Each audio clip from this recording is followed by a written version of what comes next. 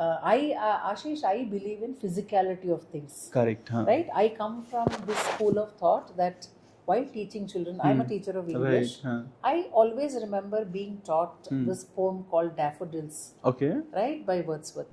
Now, when I was young, I never had an exposure to this flower called daffodil. Right. And I never understood why this poet had to write a huge poem for a flower. Huh. You know, like he says that I saw it, they were just fluttering in the breeze. And when I sit in a pensive mood, it all flashes back to me. I am wondering, what is this beautiful? I wish my teacher had just shown me, this is the daffodil.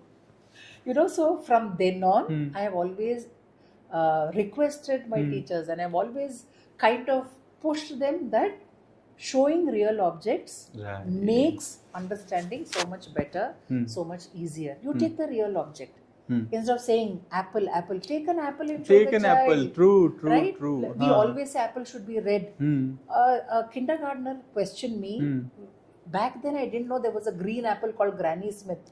Okay. But that child knew and he colored it green. Okay. I said no. He said no, there is an apple like this. And when internet was not there, there was no way to access information, right? So I still believe that putting everything out in the open is a constant reminder of things that you have to do, have not achieved as yet, something that you have achieved and you're feeling good about. Like if you see in my room, my son has sent me a beautiful card for Mother's Day.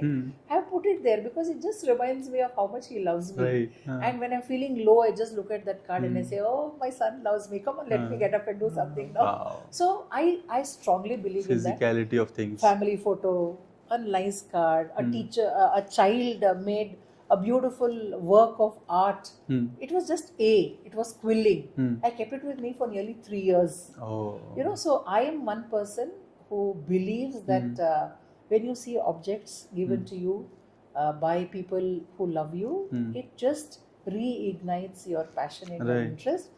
Similarly, even with tasks to be done, we have very, very long days some days and many things to achieve during the day. And I always feel good looking there instead of trying to remember, checking my phone, what is my schedule today. I just try to look at the board. Okay, now 10:30 I have a meeting, I have to join in. So it works for me. But I think maintaining that and doing it consistently, and then it becomes part of your environment, then imagine how productive you are. You don't forget anything. No, I don't want to. Right, you don't want to because you have created the environment around it. I mean, that's amazing.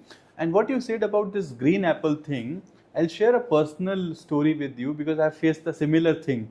So while traveling with my mother in a bus, I had this newspaper. I would be in class 3rd or class 4th, and there was a trivia section. That trivia section said that, do you know that Finland has created plastic roads?